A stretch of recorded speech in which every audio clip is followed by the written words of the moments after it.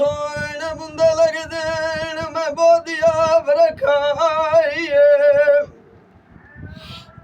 लगरू थे बोस दा झगड़ा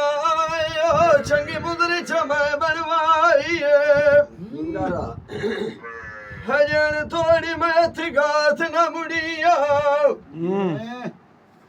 पर सजना दे बुए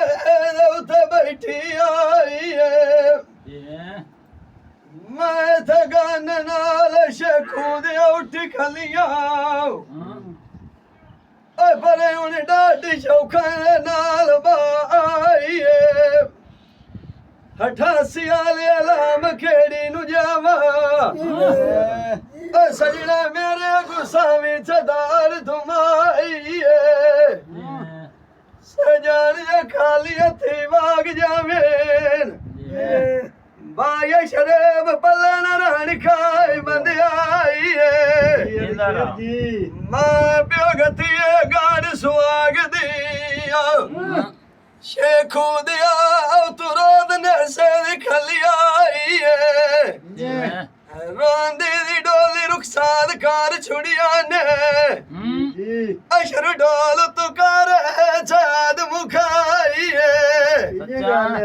अलबेत बंदे वंदने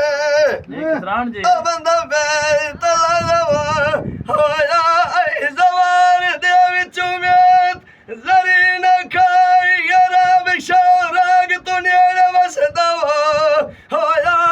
ते बुली बाबा दी कोल खुदाइए चंग सजन खीदिया बटिया होंदिया नी भाई अनिशर जी मुदरी ओले के चीज़ा पराइए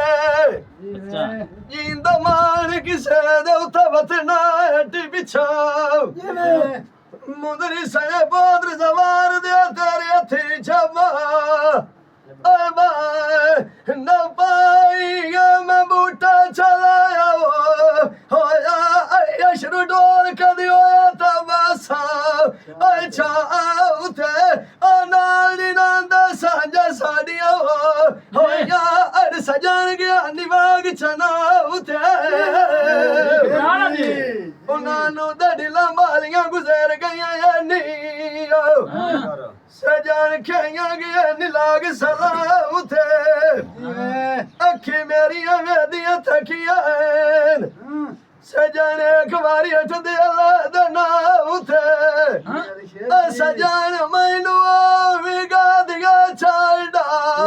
गया निजाड़ा खाया तो समझिया निसरा के साड़ियां बाउथे